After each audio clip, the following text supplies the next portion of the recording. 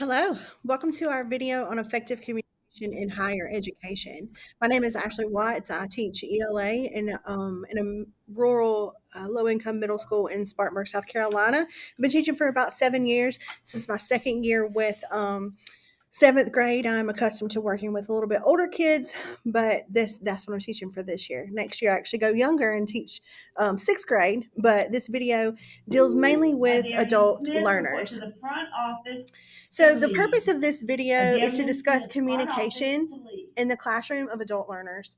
Adults expect to be treated with respect, and one way this can be done successfully is through effective communication.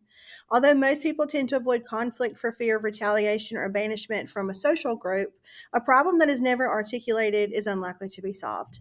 Conflicts and the steps taken to resolve them are an integral part of the classroom and a real world skill that students will need in our diverse culture.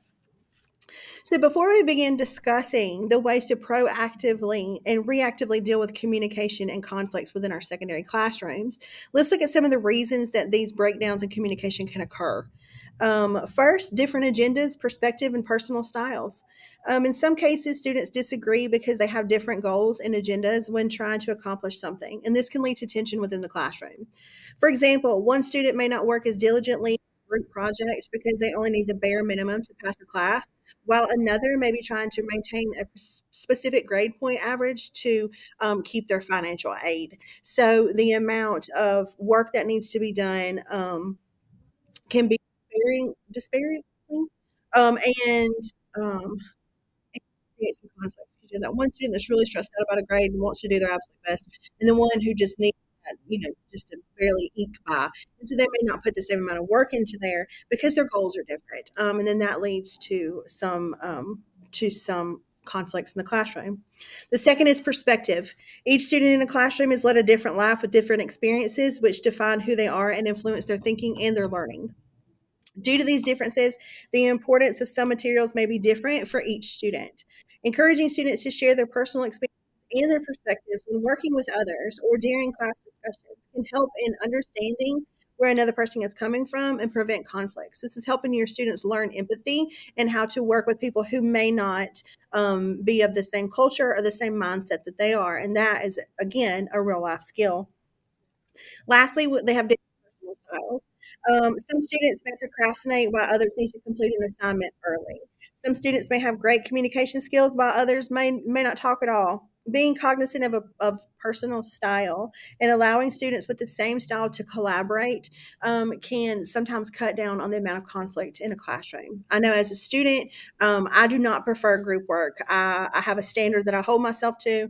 I know what quality of work I expect myself to turn in, and when I have to put that in someone else's hands, it can be very stressful for me. I understand that my type A personality style does not go with everyone else's, and that is something that can affect our students as well. So that is something to keep in mind to learn early about your students so that you know how best to meet their needs. Okay, so let's take a look at some of the strategies to deal with conflict, maybe after or before it has even started. So I consider this to be proactive conflict management or communication styles. So those we're going to look at those. So there are strategies that instructors can use when trying to create a community where students feel comfortable sharing their successes and their weaknesses.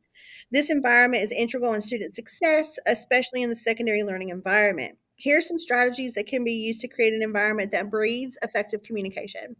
One, create an inclusive environment from the beginning. Setting the standard that disrespect will not be tolerated and that everyone is valued will help throughout the semester with motivation, content retention, student satisfaction, and conflict management. This can be done by being honest, treating our students with respect, modeling how setbacks and conflicts can be managed. Getting to know your students and their personal struggles and their goals also help with this.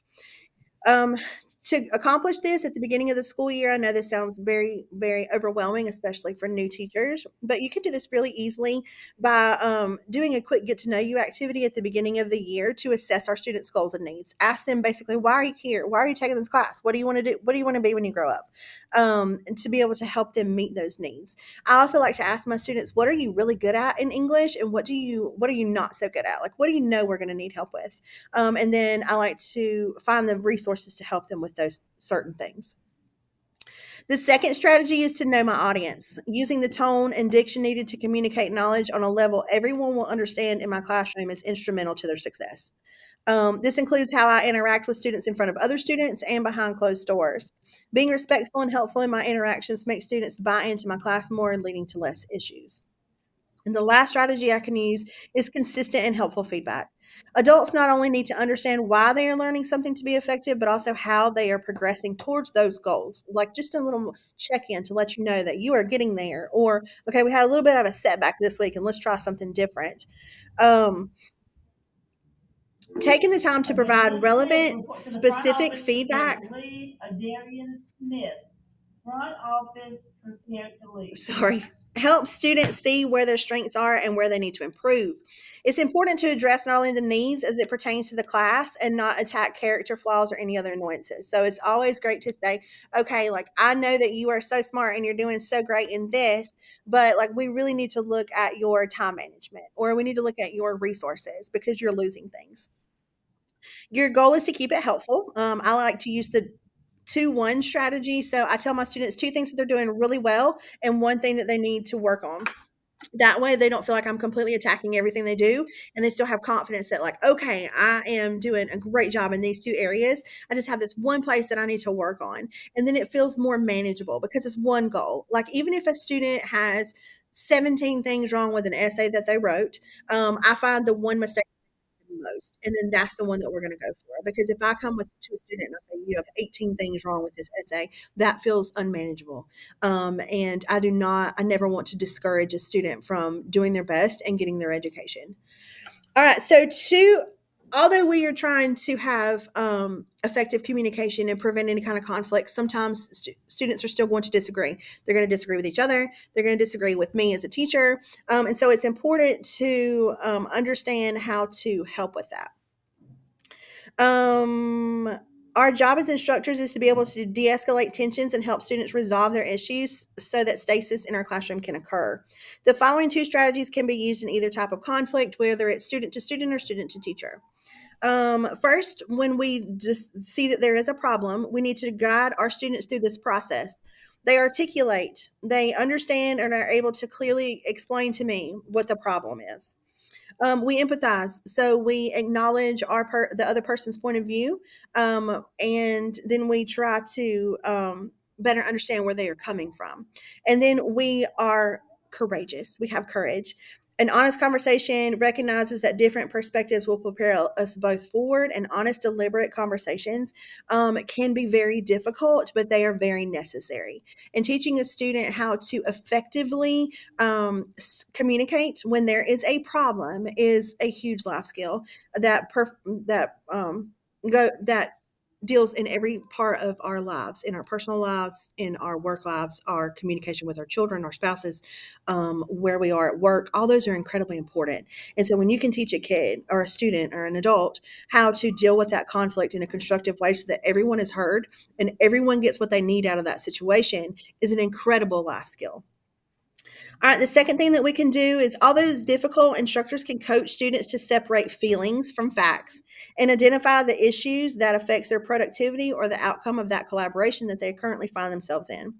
Teaching students this skill is, again, a real world skill that they will need in the diversity of workplaces in our society. I tell my students, I know that they are children and I know that working with adults are different, but I am an adult. And so sometimes I have to remind myself that feelings are not facts. And so when I say, okay, well, he made you feel that way, what is the fact? The fact is he's frustrated in trying to get this part of his assignment finished. He's frustrated because like maybe he's got a sick kid or there's something going on, and we need to practice grace and empathy and separate our facts from our feelings. That is so hard to teach people to do. I'm not the best at it, but it is incredibly effective. Okay, so it's important to remember at the end of this whole discussion, it's important to remember that not all conflict is bad. Some conflict can bolster creativity and problem solving skills because all parties are pushed to be the best versions of themselves. Actually, research has shown that tension is an integral part of the creative process. However, no student can learn in an environment that is always tense. No one can flourish in a place where they feel stressed. Using the above strategies or that we have talked about to create an inclusive, supportive classroom can help minimize conflicts and allow students to thrive and to meet their goals. I hope that maybe you've heard something helpful in this discussion about how to use communication in a higher education classroom to help you in any classroom that you happen to find yourself in. Although we are talking specifically about adults, some of the things that we still do with children, our own children, students we may have taught in the past, are still applicable because we all have feelings and we all have conflicts and we all need to be better communicators. So I hope you take something away from this today and you have a great day.